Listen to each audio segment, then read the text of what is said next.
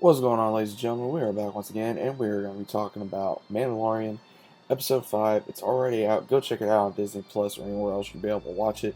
Now, we are going to get into spoilers. We're going to get into what's going on, so I hope you guys enjoy, and let's go ahead and get into Episode 5. We pick up right after Episode 4. The Mandalorian is with Baby Yoda in his ship, and he gets attacked by another local bounty hunter from the guild, and he starts trying to blast him out of space. And he keeps telling him that if you let me have the child, maybe I'll let you go. And he destroys pretty much one part of the engines, and then the Mandalorian finally gets the upper hand on him. Then he settles onto a planet we all know, which, again, I'm a little shocked that they were able to put this into the story, which was, of course, Tatooine. Finally gets to see Tatooine after God knows how long, after Return of the Jedi, and we finally get to see where the Mandalorian lands into a hangar bay. And of course, he gets out and he leaves Baby Yoda in the ship. And once he leaves, he sees those little helper droids that are trying to help him with his ship. He blasts them, and of course, the hangar bay attendant, she basically says, "What are you doing to my droids?" So as soon as that happens, he basically tells her, like, "Okay, like, just don't have him touch my ship." And she says, "Yeah, sure, no problem." And she says, "Well, she says, looks like you're in a bad way anyway." And he basically looks at her. He says, "Okay, how bad?" So she basically tells him, "If you don't do this, then you're pretty much not going to go anywhere." So he basically gives her a little bit of money from what he did have to basically pay for the hangar bay. And she says, "Well, I guess you'll find a job to pay me for the rest, huh?" And he just is like, so what was even more funny was he goes to, he gets outside, and then he sees a lot of stormtrooper helmets basically on spikes, which is basically really cool, because that's something they used to do in the olden days, was to warn enemies that who would come into a territory, basically saying they're not welcome. So basically, whatever was left of the Empire on Tatooine is no more, and they don't care for the Empire anymore than anyone else does. So he goes into a local bar, and he asks one of the droids, "Hey, is there any work?" And he says there's no more work on here. And then another local bounty hunter basically tells him that there is, and he shows him that he's after a specific target who is an assassin. And he's like, pretty much like, "Good luck with that." He goes, "How long you been with the guild?" And he says, "Long enough." And he looks at him. He says, "If you were," he says, "you know that she's probably the most dangerous out of all the ones you can hunt." And he informs him that she took out what was left of the Hutts, as well as also made her name legendary because of how many people that she killed. And he says, "Look," he says, "I'm new at this. This is my first job. I'll give you the money for it. I gotta find a way to get into the guild." So he finally tells him, "Okay, meet me at this hangar." And he does.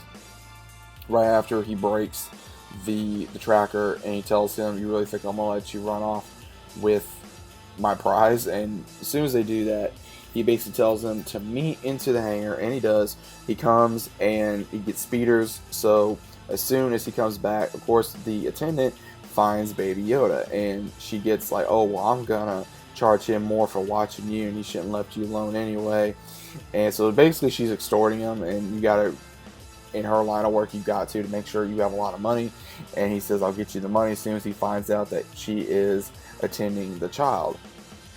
And she goes, "You have to be careful with raising a little one." And he says, and he basically tells her in a way, "Thank you," other than just saying thank you. He just is like, okay, this is the first time he doesn't have to watch him for so long. Once this happens, he goes onto the speeder with the other local bounty hunter. They start speeding into the desert, and he tells them to stop. And he says, "What do you see?" He says, "Sand people." He says, "Well, if we come across any," he says, "I'll make sure that they regret it." He says, "Good to hear."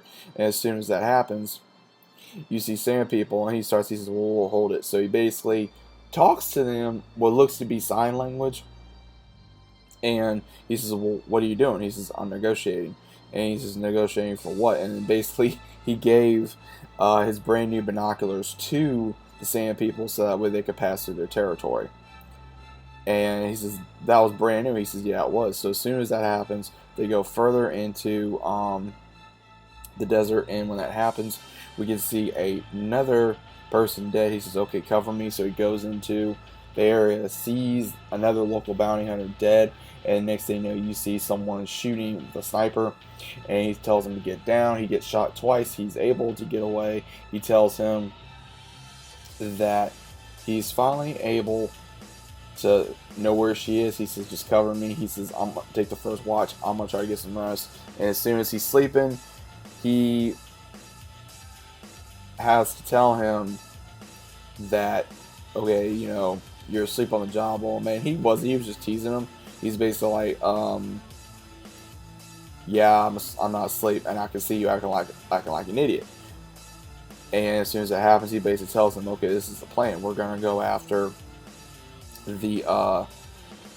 her, but at the same time, we're gonna make sure that we're gonna use basically flashes to basically almost like smoke screens, so that way every time she tries to fire, she gets blindsided. And they finally do get the upper hand on her after using about 4 of them. The Mando gets shot off his speeder, and then the other bounty hunter gets the upper hand on her, and he says, good work. So they basically are going to speeder. She says, oh, I guess one of us is going to have to walk. And he looks at her, he says, not unless we drag you. So there was a lot of comedy in this, a little bit of fun here and there. But then what was even more interesting was as soon as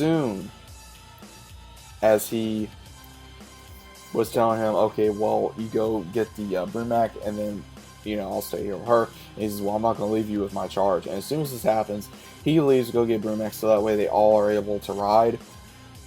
Well, we see the newly bounty hunter. He's watching after the assassin, and she basically tells him that you have no idea who he is, other than he's just a Mandalorian. And to shorten it up, she basically does tell him that he went rogue, and she says there ain't many Mandalorians like him. And she says if you bring him into the guild, she says they'll welcome you in open arms. You'll be legendary. And she says if you're afraid of taking them on, I'll help you. And as soon as that, he seems very interested. Just then, he opens his blaster and fires at her. And he says, as soon as I open up them cuffs on you, I'm dead. He says, but thanks for the tip anyway. He says, I think I will do that. So he basically gets back on the speeder and then goes into town. Here comes the Mandalorian. He sees that she is dead. And as soon as he goes back into town, after how long, he basically goes into the hangar and he knows the speeder is there. And of course, the local bounty hunter is holding the attendant as well as Baby Yoda hostage. He tells him, okay, lower your blaster and put your hands up. And he just tells him that, yeah, he says, I'm going to get paid very well as also bringing you in. I'll be a damn legend. And as soon as that happens, he basically tells the attendant to go cuff him. And he has his hands up, but he also has a flashbang bomb. And she just tells him, you're not as dumb as you look. And as soon as she's about ready to do that, he does it, and then he's able to get the upper hand on him, shoots him. And of course she's like, okay, where is it? And they're looking for Baby Yoda. And she says, oh, were you hiding? And then as soon as that happens, we get to see where she picks him up. She says, well, everything's done. She says, I'm guessing you didn't get paid, did you? And he grabs the other local bounty hunter's money pocket. And as soon as that happens, we get to see where he tells her to open up her hand. And as soon as that happens, you get to see just mounts of gold and among other credits that gets loaded in her hand. He says, I guess that'll cover me. And she just looks, she goes, oh yeah, that'll cover you. And they go into the ship, and of course they fly off. And then how it ends is where someone else, which I'm guessing is another bounty hunter, is on his trail, and he sees the dead assassin. And then it just goes into the credits. Now, this episode was a lot of fun. It was a lot of action. It was good to see on Tatooine again. I was hoping for another shootout, but again, they had the last shootout like that, so this one was kind of mild down a little bit. But I thought it was pretty cool. Other than that, it was good to see Tatooine again. I'm happy that they're still putting that into the story. Among other things, I want to see who is going after the Mandalorian other than just normal bounty hunters. I'm hoping it ain't another Mandalorian. And that'd be really interesting if it was. But guys, let me know what you think about this in the comments down below. If you guys are new to the channel, consider about subscribing. Links down below as normal. Hope you guys are enjoying the podcast as well. This is going on the podcast as always, but I hope you guys are enjoying it. Hope you guys are enjoying Mandalorian. We got 3 episodes left, unfortunately. It's coming, and it's going as quickly as it came on, but I know I'm enjoying it. Hopefully you guys are too, and I'll see you on the next one.